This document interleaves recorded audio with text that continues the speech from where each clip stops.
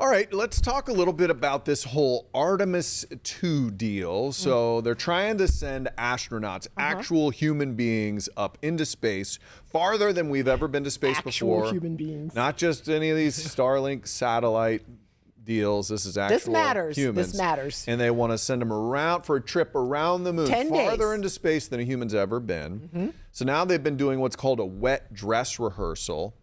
NASA says didn't go so great. No. Not so Again. hot. Here's a look out at that thing. It's impressive. This is huge. Massive SLS rocket. So what you have is this really big rocket, and you have these tiny little hydrogen molecules that are escaping from that whenever they tend to put fuel in it. This was the same problem they had in Artemis 1 that caused delay after delay after delay. Listen, and you cannot have that kind of problem when you're talking about lives.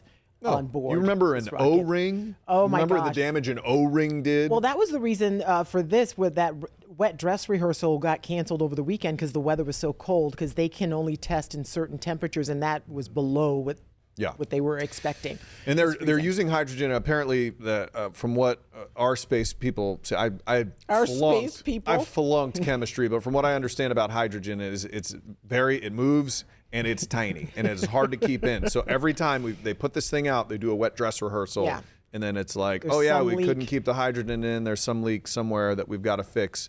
And so honestly, every time they come out with a timeline on Artemis, I am highly skeptical. There are serious consequences to something like this not going as planned. And this team has really never been on time, and they have been way over budget. I know. So doesn't have the best track record. Well, they're buckling down. They're trying to do what they can because we are going back to the moon.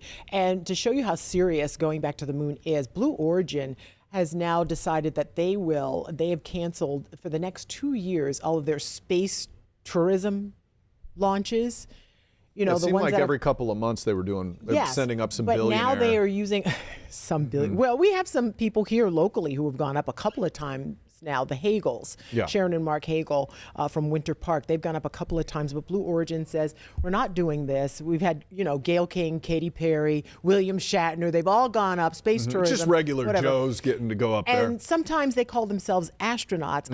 I visited a space museum yesterday in Titusville, and they have a whole room on just exploration, and the women who've gone up, and they have those women, Gayle King, Katy Perry, blah, blah, blah.